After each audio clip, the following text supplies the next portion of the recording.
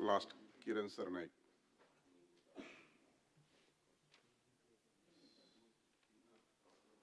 सभापती महोदय, मी 2020ला निवडून आलो.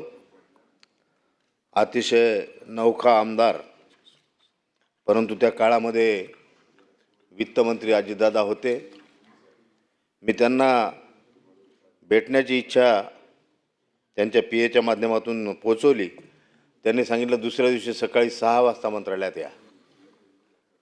आमदार निवासला आल्यानंतर मी सर्वांशी चर्चा करू लागलो. म्हटलं बा 6 वाजता मंत्रालयात येतात का संध्याकाळचे 6 वाजता सांगितले. ते म्हणे तुम्ही सकाळच्या 6 वाजता जर तिथे हजर नसले तर तुमचा नंबर कटला. मी सकाळी 6 वाजता हजर झालो आणि पाहतो तर दादा 15 मिनटं आधी त्या ठिकाणी मंत्रालयात हजर होते. त्या ठिकाणी त्यांचा वक्तशीरपणा आणि अनेक गोष्टींचा अनुभव माझ्या पाठीशी त्या काळामध्ये आहे. मी निवडून आलो त्या काळामध्ये माणसाचं मन हेलावून टाकणारं कोविड-19चं महाभयंकर संकट होतं. राज्याचे मुख्यमंत्री सन्मान्य उद्धव बाळासाहेब ठाकरे होते. नगरविकास मंत्री सन्मान्य एकनाथजी शिंदे साहेब होते.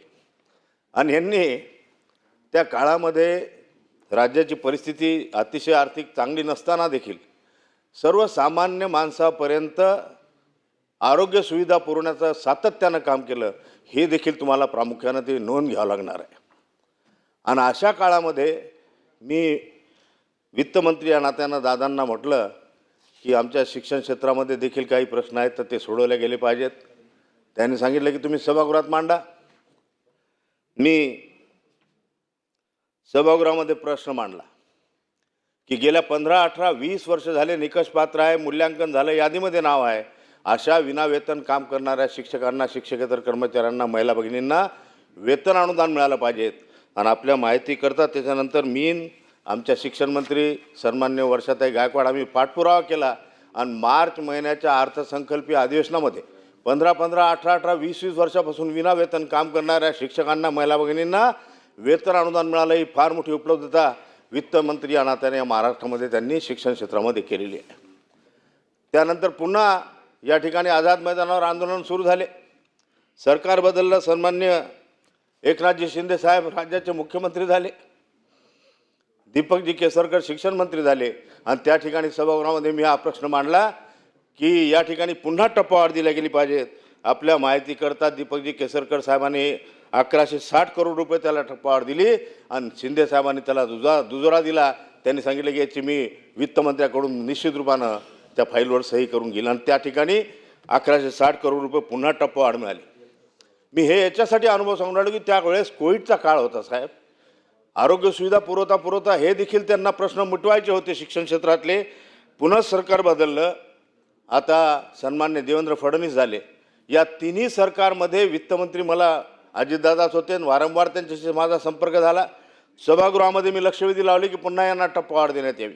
या लक्षवेधीचं उत्तर राज्याचे तत्कालीन मुख्यमंत्री सन्मान्य एकनाथजी शिंदे साहेबांनी दिलं आणि त्या ठिकाणी 970 करोड रुपये पुन्हा टप्पावाढ दिली आणि त्याला देखील वित्तमंत्री या नात्यानं त्यांनी ग्रीन सिग्नल दिला. ही देखील फार मोठी फलश्रुती त्यांच्या कार्यकालात झाली.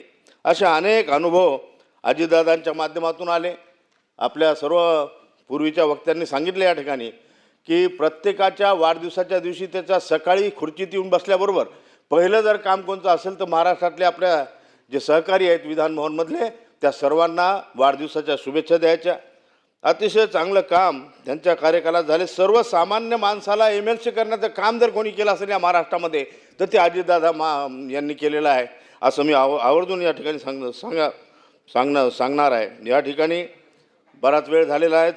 सुनेत्राताई असतील त्यांचा सर्व परिवार यांना या दुःखातून सावरण्याची ईश्वर शक्ती देव अशी मी ईश्वरचरणी प्रार्थना करतो.